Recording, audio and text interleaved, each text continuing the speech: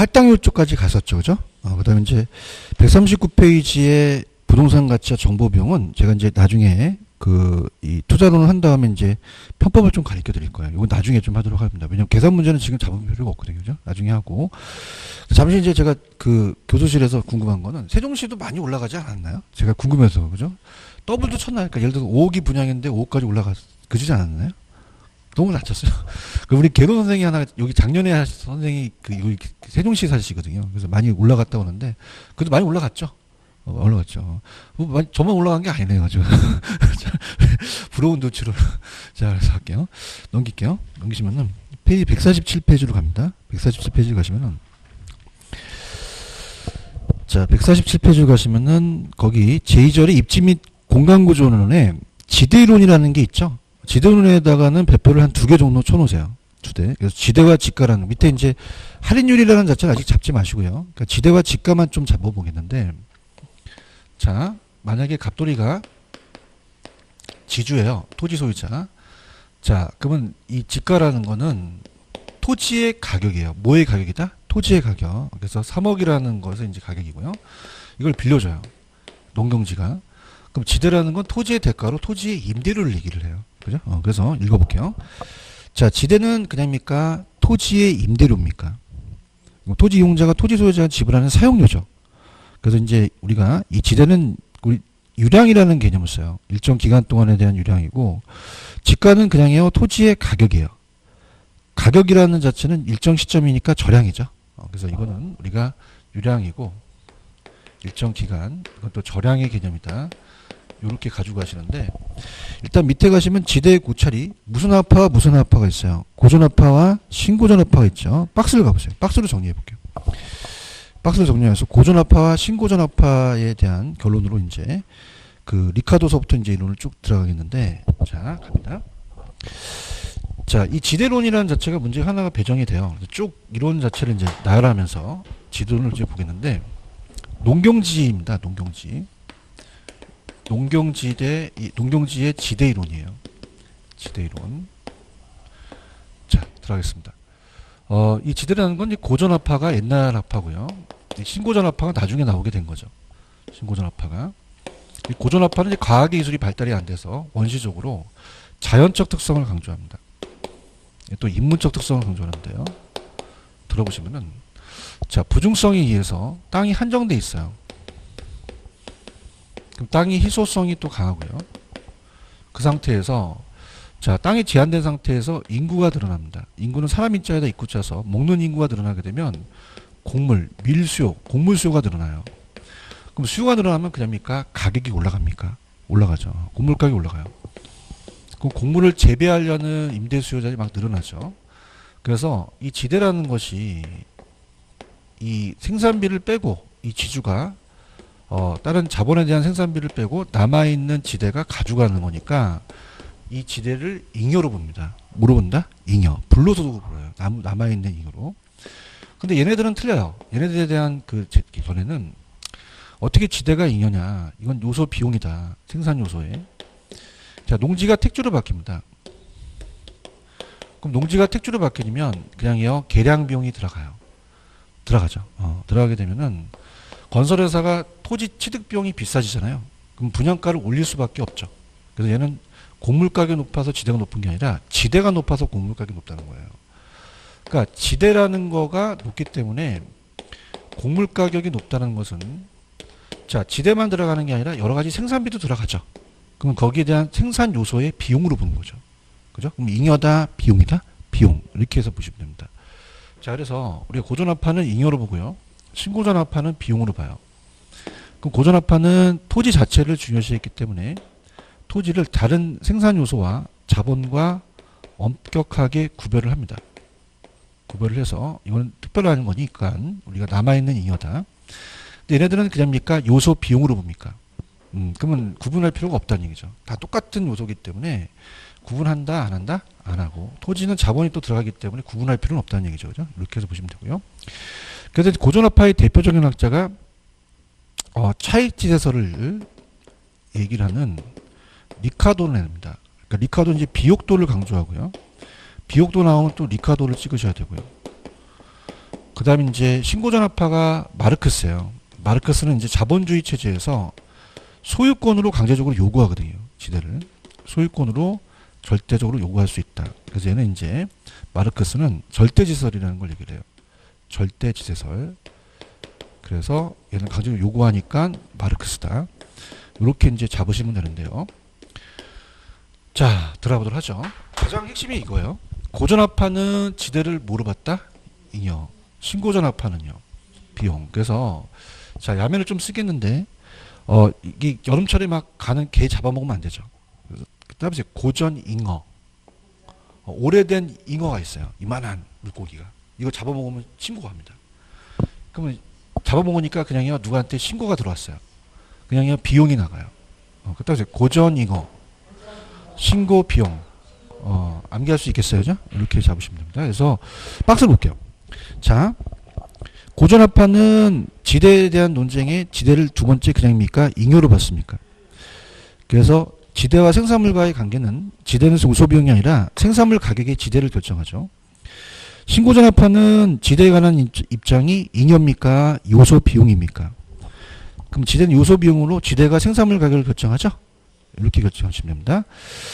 그래서 이제 그 내용은 이제 뭐 전 페이지에 다 내용을 했으니까 여러분들 보시고요. 자, 그러면은 밑에 전통적인 지도론의 리카도의 차익지대와 오른쪽에 보시면 마르크스의 절대지대라는 단어가 있나요? 찾았습니까? 이 두 가지를 비교해서 나오거든요. 자, 그러면 이제 고전압파인 리카도를 이제 볼게요. 리카도가 고전압파거든요. 걔가 차익지대를 얘기합니다. 비옥도의 차이인데 비옥도에 따라 달라져요. 그럼 비옥도 나오면 무조건 리카르도를 찍고요. 리카도라고도 하고 리카르도라고 하죠. 자, 그 다음에 이제 비옥도의 차이예요. 그럼 갑돌이가 지주라면 토지의 소유자입니다. 땅을 빌려줘요.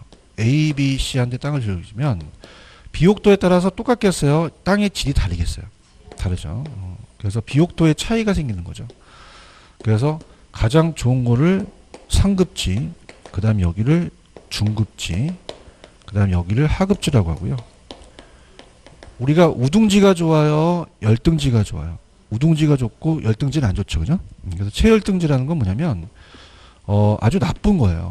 그래서 얘는 이제 지대가 아예 안 생기는 낮은 데를 얘기합니다. 그러니까 지대가 아예 낮아지는 곳을 얘기해서 이 지대가 낮아지는 최열등지를 또 한계지라고 하거든요. 자, 이 리카도는 이 지대라는 거는 매상고라는 게 뭐냐면 밀을 판매하게 되면 밀 가격에다가 수량을 곱하면 매출액이 나오죠. 여기다 이제 생산비를 빼요. 그게 곧 지대라는 거죠. 자, 우리가 임대료를 받게 돼도 건물에 그냥입니까? 매출액이 있으면 비용이 있습니까? 비용을 내야 되죠. 그래서 냅니다. 그럼 얘가 100원이다 일정하다고 봤을 때 똑같이 다 100원이에요. 그러면 그 수확하는 매출액이 비옥도에 따라 똑같을까요? 비옥도에 따라 달라질까요? 달라지죠. 가장 상급지가 많이 벌죠. 그래서 얘가 500원 벌고 400원, 100원이라면 이 차이가 지대라는 거죠. 그럼 얘는 400원 벌고 얘가 300원 벌고 얘는 제로예요. 그러면 여기서 여기를 빼도 얘가 나오니까 이 차이만큼 지대를 먹는 거예요. 다음에 차액, 비옥도의 차액. 그래서 차익지대설이에요. 비옥도의 차이만큼 먹으니까. 자, 그러면서 얘가 한계지에는 지대가 아예 제로입니다. 그러면 지대가 생겼어요? 안 생겼어요? 안 생겼어요. 그래서 얘는 한계지에는 지대가 발생하지 못했다고 얘기를 해요. 그래서 얘는 수학이 체증하다가 희소성에 의해서 수학 체감의 법칙을 주장하거든요. 체감의 법칙. 그래서 얘는 한계지에는 지대가 발생한다, 발생하지 않는다. 발생하지 않는다 이렇게 하죠. 자, 근데 마르크스는 자본주의가 나타납니다. 자본주의는 그냥입니까? 토지의 사유화가 생깁니까? 그럼 토지를 가질 수 있죠. 그럼 가지게 되면은 그냥요 강제적으로 요구할 수 있어요. 요구할 수 있죠. 소유권 요구 나오면 마르크스 절대지대를 찍으셔야 돼요. 그럼 강제로 요구하니까 한계지에도 지대가 발생하네요. 발생해요. 발생한다는 거죠. 이해하셨습니까? 그럼 어떻게 이제 암기하냐면, 자, 비옥도에 도 들어가고 리카도에 도 들어가요. 그럼 비옥도 나오면 마르크스 찍으셔야 돼요. 리카도 찍으셔야 돼요. 어떻게 졌어요? 도 들어가니까. 그럼 선운도 찍으시면 안 돼요. 그럼 도가 들어갔다는 건 비옥도죠. 그럼 비옥도에 그냥입니까? 차익이 발생합니까? 그럼 절대요 차익이에요. 그럼 한계지는 지대가 발생해요? 안 해요? 안 한다는 거고요. 소유권 나오면 마르크스예요. 그죠? 근데 학교 다닐 때 소피 마르소라는 영화 배우 아시죠? 저희 나이 때가 딱 소피 마르소. 그럼 소유권 나오면 누구다? 마르크스 찍으셔야 돼요. 그러니까 얘는 비옥도가 중요한 게 아니라 소유권이 중요해요. 소유권으로 그냥요 사유하니까 요구할 수 있어요. 그럼 한계지에도 요구하니까 발생한다라는 얘기죠. 신고전압파로서. 아시겠죠? 그죠? 그래서 갈게요. 자, 갈게요. 지금 좌측에 리카도 있어요? 리카도는 1번에 자, 갑니다. 밑에서 세 번째 줄. 비옥도라는 단어 있나요? 찾았죠? 비옥도. 토지의 희소성이라는 단어 있죠? 수학 체감이 있죠? 얘가 나오면 다 이건 리카도입니다. 그 다음에 어떻습니까? 자, 3번에 보시면은 자, 우리가 요거는 중요한 건 이제 오른쪽에 4번에 자, 리카도는 칠판을 보시면 그냥요 고전압파예요. 그럼 생산비를 봤어요? 지대를 경제적 잉여로 봤어요? 잉여로 본 거죠. 그런가요? 그다음에 5번을 보시면은 위치 문제를 경시해서 얘는 위치가 이 수송비 위치가 아니라 비옥도 자체가 아닌 비옥도 차이만 본 거죠. 자, 그러면 최열등지 한계지에는 지대를 발생한다는 걸 설명했다, 설명하지 못했다. 못했다는 거죠. 그런가요? 자, 제가 아까 소유권 나오면 마르크스 찍으라 그랬죠. 그럼 얘는 차익이에요, 절대예요. 그럼 마르크스의 절대제는 소유권을 찾으셔야 됩니다. 자, 1번에 가시면 토지 소유라는 단어가 있나요? 소유 있어요, 소유? 소유한다는 독점적지이기 때문에 최열등지 한계지에도 지대가 발생 안 한다, 발생한다. 발생한다는 거고요. 2번에 그냥입니까? 토지의 사유화가 생겼습니까? 사유화가 생겼고 3번에 토지의 비옥도와 생산력에 관계없이 지대가 발생하죠. 그러니까 얘는 4번에 보시면 지대 상승이 곡물가격 상승하는 거죠. 되셨습니까? 문제 두 문제를 한번 풀어볼게요. 자, 11번하고 12번입니다. 11, 12.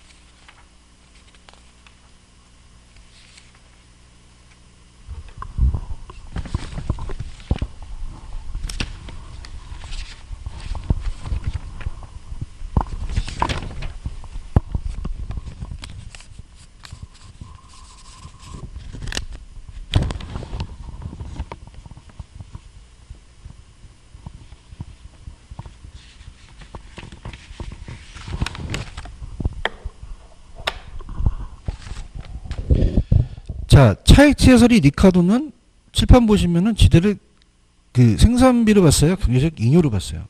잉여로 봤고요. 틀렸죠, 그죠? 그 다음에 12번에 절대가 마르크스의 소유권을 강조했죠. 그럼 그냥요, 요구할 수 있어요.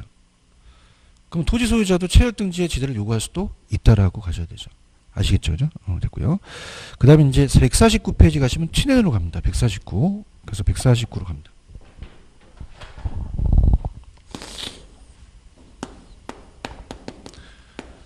튜넨이라는 학자도 고전압파라고 적으세요. 무슨 압파다? 고전압파. 튜넨도 이제 고전압파로서 자, 이 차익시설에다가 수송비라는 걸 강조합니다.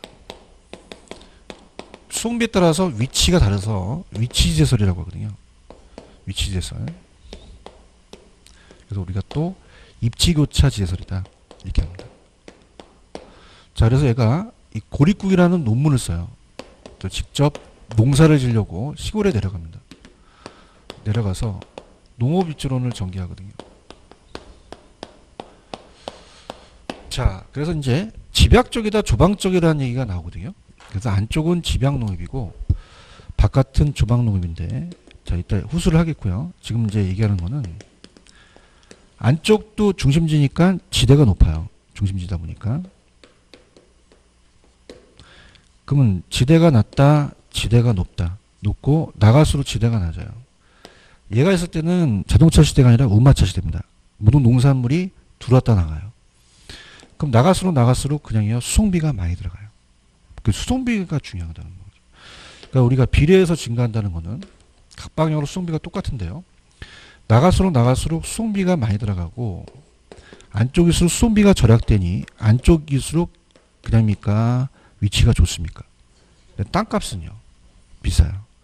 그럼 여기는 집약농업이라는 건 뭐냐면 좀 비싼 것들을 판매하라는 거예요. 그럼 부가가치가 적어야 돼요? 좀 커야 돼요? 크고 이런 것들을 재배하라는 거죠. 임대료를 많이 지불할 거니. 그럼 그러한 집약농업이라는 게 나타나겠고 나갈수록 그냥요 지대가 낮아져요. 그러면 조금만 내도 되죠. 그럼 좀 싸구려 같은 그 농산물들을 재배하라는 거예요. 아시겠습니까? 그럼 안쪽일수록 그냥요 굉장히 집약적이에요.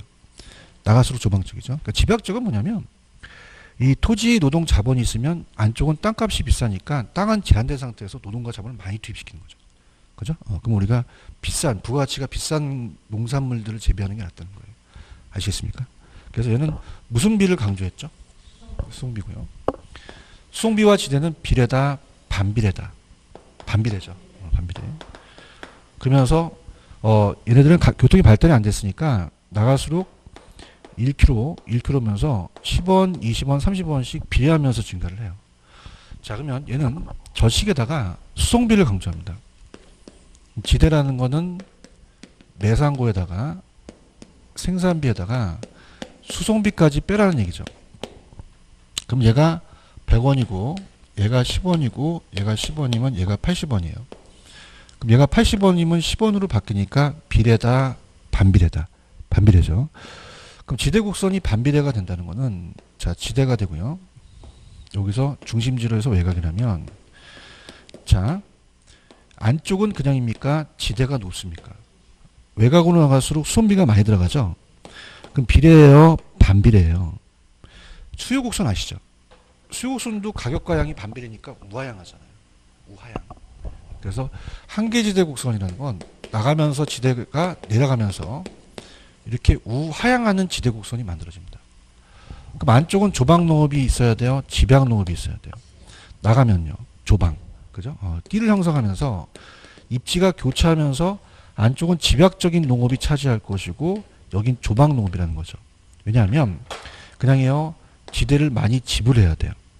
그러면 집약적인 농사를 짓는 거고 여기 조방농업이 입지해서 6가지 띠를 형성한다는 거죠.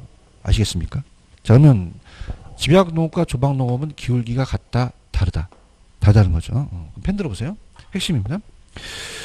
튜넨의 위치지대는 1번이 나오는데 자 얘는 비옥도예요? 비옥도만이 아니에요. 위치에 따라서 위치지대를 얘기합니다. 그러니까 현대적 입지를 알려주죠. 자 현대사회는 비옥도가 중요해요? 접근성이 중요해요? 그러니까 수송비가 영향을 준 거예요. 그러면서 밑에 토지 생산물의 수송비의 절약이 지대화된다는 게 주장됐고요. 그래서 이 튜넨은 나중에 버제스라는 동심원과 알론소의 입찰지대에 영향을 줍니다. 자, 지대는요, 아까 생산물 가격에서 그냥입니까? 생산비를 빼야 됩니까? 빼고 수송비를 뺐죠. 수송비는 이제 거리에다가 이제 단위당 교통비를 더했고, 부파했고요. 그 중심지가 하나이고, 중심지에서 거리가 멀어질수록 교통비가 더 커지고, 지대는 작아진다는 거죠. 근데 이거를 160페이지로 가볼게요. 가시면, 연결되는 부분이 또 나와요. 그래서 거기는 제가 안 해드릴 겁니다. 160페이지 가시면, 제가 이중으로 해야 되게 되거든요. 튜닝 또 나왔죠. 잘했습니까? 그래서 튜닝은 여기선 제가 아예 찍어드릴게요. 그냥 고립국이라는 것만 동그라미 치시고요. 그럼 교수님 어디서 나올까요? 오른쪽에 보시면 3번에 내용이라는 단어가 있죠. 여기서 다 몰아쳐서 나옵니다. 별표. 자, 우리 시험 문제는 그냥입니까? 객관식입니까? 그럼 요 오지선다 쳐서 요들이 나와요. 그죠? 그럼 가볼게요. 1번 지대란 매상고에서 뭐와 뭐를 뺐어요? 생산비와 수송비. 그럼 수송비 절약이 지대죠? 그럼 2번 지대와 수송비는 비례다, 반비례다. 반비례. 3번 중심지로 가까울수록 조방적, 집약적. 4번 많은 지대를 지불하는 입주자가 어디에 입지한다? 중심지. 5번 작물 경제 활동에 따라 한계지대 구성이 그냥이다 다르다. 그죠? 그 농산물 가격, 생산비, 수송비, 인간 형태의 지대를 변화시키겠죠. 자, 그럼 밑에 보시면은 결론의 맨 끝에 굵은 글씨만 좀 체크해 보세요.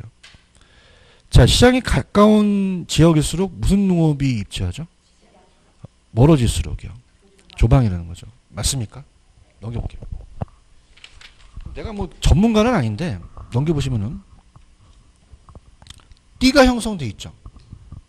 맞나요? 그럼 안쪽은 조방적, 집약적. 집약적이죠. 그런가요? 그러면 그냥입니까? 채소와 과일을 재배합니까? 채소와 과일이 더 비싼 거라는 거죠. 여기서는. 난 전문가가 아니지만. 맞아요? 그럼 이런 농업이 조항농업이에요? 집약농업이에요? 나가면 나갈수록 뭐 버터, 치즈 같은 낙농업이라는 단어가 있나요? 이게 조방적 이용을 한다는 거죠. 아시겠습니까? 이렇게. 그러니까 이런 거야. 편하게 들으세요. 잘 보세요. 얘는 무슨 비를 강조했죠? 그럼 수송비가 나가면 많이 들어가요? 들어오는 게 좀 적게 들어가요? 나가면 많이 들어가죠. 그럼 어디가 위치가 좋아요? 안쪽이 좋죠. 대답해봐요. 어디가 좋아요? 안쪽이. 정말이에요? 그럼 안쪽을 찾아야겠네. 그럼 그냥 이제 임대를 많이 내야 돼요. 많이 내는 거죠. 맞습니까? 그럼 내가 임대를 많이 낼 거예요. 그러면 너 어떤 거 하려고 그래? 내가 찍어줄게. 집약적인 농업해. 그러는 거죠. 그럼 집약적인 농업은 그냥입니까? 이 농작물이 가치가 높습니까? 또 판매액이 큰 것들을 이 농사 짓는다는 거죠. 이해해야 되는데. 했어요? 나가니까 그냥 수송비가 많이 들어가. 임대료를 적게 받죠. 그죠? 그럼 어떤 농업을? 조방적인 농업을 입지시키는 거죠. 아시겠습니까? 그래서 이게 형성이 된다는 거죠. 맞아요? 그럼 수송비와 지대는 비례다, 반비례다. 우상향, 우하향. 집약적이 그냥이다, 안쪽에 있다. 안쪽에 조방농업이 바깥에 있어서 띠를 형성하다는 얘기죠. 아시겠습니까? 이렇게 가시면 돼요. 이해갔나? 정말이에요? 그게 이제 알론소라는 입차이제 영역을 줘요. 중심지는 농사를 져야 돼요. 중심지는 이 건물을 고층화시켜야 돼요. 이게 영향을 준 거죠, 얘가. 안쪽일수록 집약적 이용을 하는 거죠. 맞습니까? 왜 안쪽일수록 그냥요, 접근성이 좋아요. 상업활동하기 좋죠. 그러니까 이런 것들에 산업이 입지시키는 것이고, 나가면 나갈수록 그냥입니까? 지대가 쌉니까? 그럼 집약적, 조방적. 조방적 이용을 할 수 있는 업을 하라는 거죠. 그럼 나가면 그냥입니까? 농사를 짓습니까? 농사를 짓는 이유가 그 현대적인 입지가 만들어진 거예요. 그래서 얘가 입지 아버지라는 것 정도로 엄청난 얘기를 한 거죠. 얼마나 중요하면 입지 아버지라고 하겠어요. 아시겠습니까? 그럼 얘는 그냥이다 도시에 영향을 준다. 영향을 줘서 도시가 형성되는 걸 얘기하는 거죠. 이해해야 되는데. 했어요? 얘 도시예요. 지금 이거 농사 짓는 거예요. 근데 농사 짓는 게 굉장히 영향을 줬다는 거죠. 아시겠습니까? 다시요. 니카도는 그냥입니까? 비옥도에서 끝났습니까? 비옥도만 주면 장땡이죠. 비옥도의 차이만 본 거고. 이해해야 되는데. 근데 얘는 그냥이야, 이 수송비를 강조했어. 대단한 거죠. 그죠? 그냥이야, 안쪽이 수송비가 좀 절약돼. 정말? 그럼 땅값이 비싸네. 정말이네? 그럼 그냥이야, 집약적인 걸 해야 돼. 그죠? 그러니까 도시도 어떻다? 안쪽일수록 그냥이야, 건물을 고층화시키고, 금융업이 입지하고, 나갈수록 조방적이 입지한다는 얘가 영향을 줬다는 얘기예요. 아시겠습니까? 그러니까 T9이 시험지 잘 나와요. T9이. 아시겠나요? 이렇게. 그럼 얘가 연결되는 게, 바로 연결되는 게 알론소라는 애가 입찰이 되거든요. 넘겨볼게요. 그러면은, 얘가 이제 넘기셔서 페이지 150페이지로 가보세요. 150페이지로 가시면은,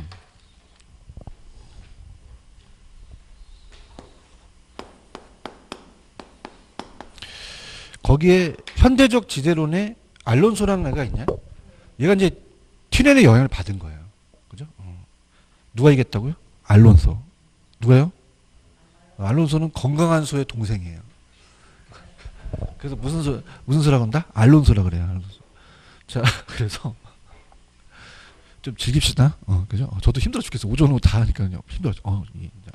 뇌도 강이고. 자, 즐겨야지 뭐, 그지? 건강한 소의 동생이 누구냐고? 알론소가 나오게 된 거예요. 그래서 알론소는 티네나 고맙다. 내가 도시를 입지해 볼게. 그런 거죠. 그래서 입찰제를 얘기를 해요. 입찰 지대론. 지대설이라고 하고요. 알론소가 얘기합니다. 자, 그러면 아까 티네는 안쪽일수록 그냥요 집약적이에요. 나갈수록이요. 그럼 안쪽이 상업지가 있다는 게 좋죠. 그걸 이제 티네는 아니라 알론소가 안쪽에 상업지가 입자해야 된다는 걸 만들어낸 거예요. 그죠? 그럼 우리가 얘도 띠를 형성해요. 지대가 있다면 도심이죠. 도심에서 외곽으로 나갑니다. 그럼 아까 갑하는 게 그냥요 좀 집약적이었어요. 왜? 지대 지분을 높아야 되니까. 그러니까 얘가 좀 조방적, 완전히 조방적이죠. 그건 산업이 있어요. A 산업, B 산업, C 산업. 입찰이라는 건요. 여러분들 경매 같은 거 들어보셨죠? 낙찰받기 위해서 가장 큰 금액을 적어야 돼요. 그러면 지가 A, B, C의 그 자기네들이 지대 지불 능력이 자 의사라는 게 생략되고요. 의사가 최대해야 됩니다. 최소해야 된다, 최대해야 된다. 최대한한테 낙찰이 돼요. 그죠? 최소가 아니라. 그 다음에 우리가 나중에 이제 그 투자론에서 순영가라는 걸 배우거든요. 순영가라는 건 유입에서 유출을 빼서 순전히 얻는 나한테 현재 가치 순이익이에요. 그 순영가가 또 최대가 돼야 되고요. 자, 그러면 그냥 해야 돼요. 얘네들한테 입찰을 해서 낙찰을 해요. 그러면 자, 여기서 이제 띠를 형성하면서 가장 적게 적어야 돼요? 가장 높게 적어야 돼요? 그럼 얘네들 중에서 얘가 제일 높게 썼죠. 너 입지하라는 얘기죠. 그죠? 그래서 상업 입지가 낙찰이 돼요. 상업 입지. 그럼 안쪽일수록 어떤 입지를 하는 게 좋은가요? 상업용을 하는 게 좋다는 거죠. 그런가요? 그럼 나가니까 여기가 돈을 지가 지불하겠대요. 그게 딱 주거지가 낮고 여기는 공장을 한다는 거죠. 이해하셨습니까? 그래서 가장 높은 지대를 지불하는 것을 연결하니까 이런 지대 곡선이 만들어지는 거예요. 그래서 자 우리가 항상 자 명동은요 그냥입니까? 명동은 상가가 많습니까? 상업활동하기 좋죠. 땅값이 임대료도 왜 비쌀까요? 그냥입니까? 장사가 잘 됩니까? 잘 되죠. 그러니까 너 가장 높은 지대를 지불하면 여기다가 입주시켜줄게 그러는 거예요. 그러면은 이 기업주가 정상이윤을 먹어요. 무슨 이유는? 정상이윤. 누구나 얻을 수 있는 정상이윤과 생산비에 대한 거를 지불하고 나머지를 내겠다는 거예요. 그러면 초과 이윤을 포기하겠다는 거예요. 무슨 이윤을? 그러니까 초과이윤이 제로예요. 무슨 이윤이 제로다? 남들보다 더 얻는 거를 난 포기하고 가장 높은 지대를 지불하겠다는 거죠. 알았어, 오케이, 낙찰 이렇게 받는 거죠. 그래서 우리가 여기는 초과이윤이 제로라는 게 중요합니다. 초과이윤이 제로. 그 다음 이 곡선이 자 이렇게 연결하니까 이 곡선이 우상향합니까? 이렇게 우하향합니까? 우하향하고 원점을 향해서 볼록돼 있죠, 그죠? 그래서 우하향하면 원점을 향해서 볼록돼 있고요. 자, 그 다음에 네 번째는 얘는 이제 우리가 이 연결하는 곡선을 포락선이라고도 얘기를 했습니다. 포락선. 그 다음에 이제 이 기울기를 얘기를 하는데요. 자, 이게 제일 어렵게 나왔는데 입찰 지대 곡선의 기울기는 따라해보세요. 교사 교통비가 올라가요. 뭐가 올라간다? 교통비. 그래서 한계 교통비가 올라가고요. 교통비를 또 수송비라고도 얘기합니다. 수송비라고도 하고 운송비라고도 하고요. 그 다음에 이건 토지의 사용량이에요. 토지의 사용량이 내려가거든요. 또 이용량이라고 합니다. 그래서 이렇게 갑니다. 자, 그럼 펜 들어볼게요. 일단 체크하고요. 150페이지 가시면 알론소의 입찰지대 있죠? 그럼 제가 하라는 것만. 자, 입찰지대 2번. 자, 얘는요. 자, 갑니다. 여기서 지대는 기업의 무슨 이유는 지가 얻어간 거예요. 정상이용과 생산비를 빼고 남은 잉여라고 되어 있죠? 그 다음에 2번, 3번. 항상 최소가 나와야 돼요. 최대가 나와야 돼요. 최대 지불 능력이 나와야 됩니다. 가진 자가 용도에 따라 결정이 되고 할당이 되는 거죠. 자, 밑에 입찰지대 곡선의 기울기라는 게 있는데 기억해 보시면 입찰제란 단위 면적의 토지에 대해서 토지용자가 지불하고자 하는 최소 금액, 최대 금액. 무슨 이윤이 제로? 다음에 교사. 그럼 교통비가 올라갔죠? 그런가요? 그다음에 니은에 보시면은 오른쪽 도심으로부터 한계 지점까지의 각 지점 토지를 경매에 붙인 다음에 최고 가격을 반영했죠. 디귿 각 지점별로 최대의 지불 능력을 우리가 지대 곡선을 연결한 곡선을 무슨 지대 곡선이라고 한다? 입차 지대 곡선이라고 합니다. 찾았습니까? 되셨어요? 그다음 밑에 자, 맨 밑에 가보세요. 맨 밑에 기억해 보시면 교통기술이 발달하면 교통비가 낮아져서 자, 교통비가 낮아지면 도심으로부터 더 거리가 멀어질 수도 있죠. 그래서 이 교통비 증가폭이 한계 비용이 작게 하여 일단 모든 지점이 지대를 또 하락시키게 되겠죠. 그 다음에 지가의 전반적인 하락은 토지 이용자의 제한된 예산으로 더 많은 토지 이용을 할 수 있기 때문에 토지 수요를 증가시켜서 또 수요 곡선을 우측으로 이동할 수도 있죠. 참고하시고요. 넘겨볼게요. 자, 입차지대 곡선이 완만해지고 외곽 토지가 도시화되는 외곽의 교외 현상이 나타난다면 자, 한계지대 곡선은 그냥입니까? 더 연장이 되겠습니까? 연장이 되겠죠. 그러니까 이거예요. 그냥 간단하게 본다면 이렇게 가파랐는데요. 자, 교통이 발달하면 그냥입니까? 사람들이 외곽으로 나갑니까? 그럼 도심의 지가와 외곽 지가 차이가 심하진 않죠. 이런 식으로. 그 다음에 뭐 M지점 밖의 지가는 이전보다 오히려 높아져서 M지점 안의 지가 토지 수요가 증가하는데 참고적으로 이제 보시기 바랍니다. 이해가셨죠? 그죠? 이렇게 해서 그래서 우리가 나중에 그거에 대한 건 나중에 제가 그 문제 나온 걸로 좀 해드리도록 할게요. 그죠? 그래서 우리가 이제 교통이 발달하면 그냥입니까? 좀 외곽으로 나갑니까? 나가면 이게 좀 완만해진다는 거죠. 그죠? 이해하셨습니까? 이렇게 보는데 그거보다도 시험 문제는 자, 이거예요. 자, 항상 이 알론소라는 입찰은 그냥입니까? 항상 최대라는 게 들어가야 됩니까? 정사인이 제로, 초과인이 제로. 우상향, 우하향? 이걸 포락선이라고도 했고요. 그 다음에 중요한 걸 빼먹었는데 따라보세요. 직주분리. 이 직주분리 현상이 뭐냐면 직장을 도심에 두고 주거지를 외곽 나가거든요. 그죠? 그러니까 직장이 안쪽에 도심이 있고 주거지가 분리되는 현상이 나타나요. 아시겠습니까? 그 다음에 교사라는 것은 그냥입니까? 교통비가 올라갑니까? 토지 사용량이 내려가죠? 그런가요? 그 다음에 안에 있는 사람이 외곽으로 나가게 되면 그냥입니까? 이 곡선이 완만해집니까? 완만해지죠. 또 연장될 수도 있다는 거죠. 그렇게만 가지고 가세요. 아시겠죠? 그죠? 그래서 여기까지가 이제 우리가 튜넨의 이론을 따왔습니다. 누구의 이론을 따왔다? 튜넨. 그 다음에 이제 다음 시간에 이제 152페이지 가시면은 마샬의 준지대하고 파레토 경제지대라는 게 있죠. 찾았습니까? 이제 이걸 묶어보는데 좀 아까워서 오른쪽에 보시면은 자, 좀 연결시키려고 오른쪽에 양가로 4번에 가시면 생산요소의 대체성과 도시지대라는 단어가 있나요? 별표를 한번 쳐보세요. 이게 얘랑 연결이 되거든요. 그래서 요거를 좀 하고 좀 쉬는 게 나을 것 같아요. 자, 이게 무슨 말이냐. 얘랑 연결이 되는데 들어갑니다. 생산요소의 대체성과 도시지대인데 생산요소의 대체성과 도시지대는 이 이론에서 나온 거예요. 자, 들어보세요. 자, 토지이용 집약도라는 게 있습니다. 토지이용 집약도. 자, 그러면 우리가 토지에 노동과 자본을 투입하는데 그냥 노동과 자본에서 노동은 생략되고 자본만 보세요. 그럼 이거는 분모에 대한 분자니까 토지에 대한 자본의 결합 비율이라고 합니다. 결합 비율이라고도 하고 대체 비율이라고 하고 대체성이라고도 하거든요. 자, 그럼 얘와 얘가 생산 요소가 대체 관계가 있다는 건데요. 자, 들어보십시오. 저 이론하고 비슷한데 감사합니다. 자, 이렇게 그려져요. 이게 지대가 있고요. 도심에서 외곽이라면 이게 우하향하는 곡선이라고 아까 알론소가 얘기했죠. 우상향한다, 우하향한다.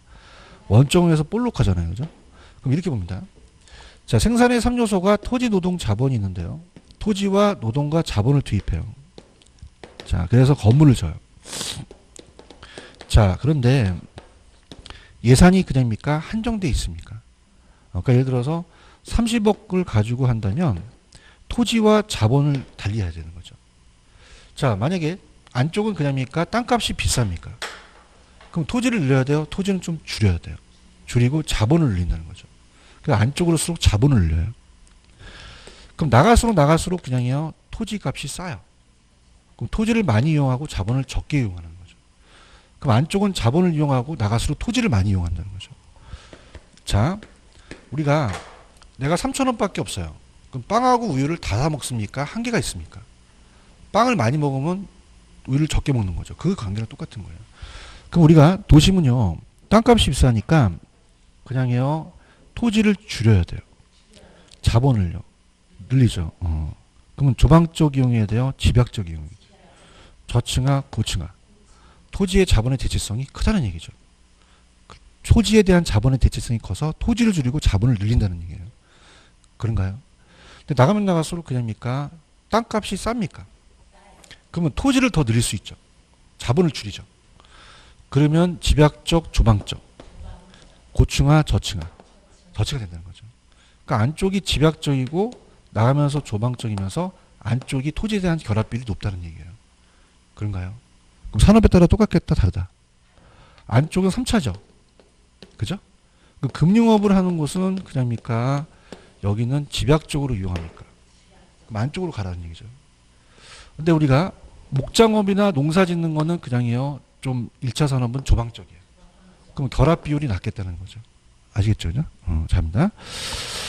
자, 지금 생산 요소의 대체성과 도시지대 보고 계시죠? 그러면 자, 노동을 일정하다고 보고 토지 자본에 대한 결합 비율인데 세 번째 우상향한다, 우하향한다. 우하향. 우하향이라는 글씨가 있죠? 그럼 1번 생산 요소의 결합 비율은 생산 요소의 상대적 가격에 따라 달라진다. 따라서 지대가 상승하면 상대적으로 값이 싼 뭘 많이 사용합니까? 자본. 지대가 하락하면 토지를 더 많이 사용할 수 있죠? 그런가요? 그럼 2번 즉 자본과 토지라는 두 가지 생산 요소 중 만약에 자본에 대한 사용료 즉 자본 가격이 전 도시 지역에 고정되어 있다면 토지에 대한 자본의 비율은 도심에 가까울수록 그냥요 높아요. 외곽으로 갈수록이요. 그럼 3번에다 배표. 그럼 도심 지역은 건물이 어떻게 될까요? 그러면 토지를 많이 이용할까요? 자본을 많이 이용할까요? 그럼 결합 비율이 높아진다는 얘기죠. 그럼 토지에 대한 자본의 결합 비율이 높다는 것은 그만큼 토지의 자본의 대체성이 크다는 거죠.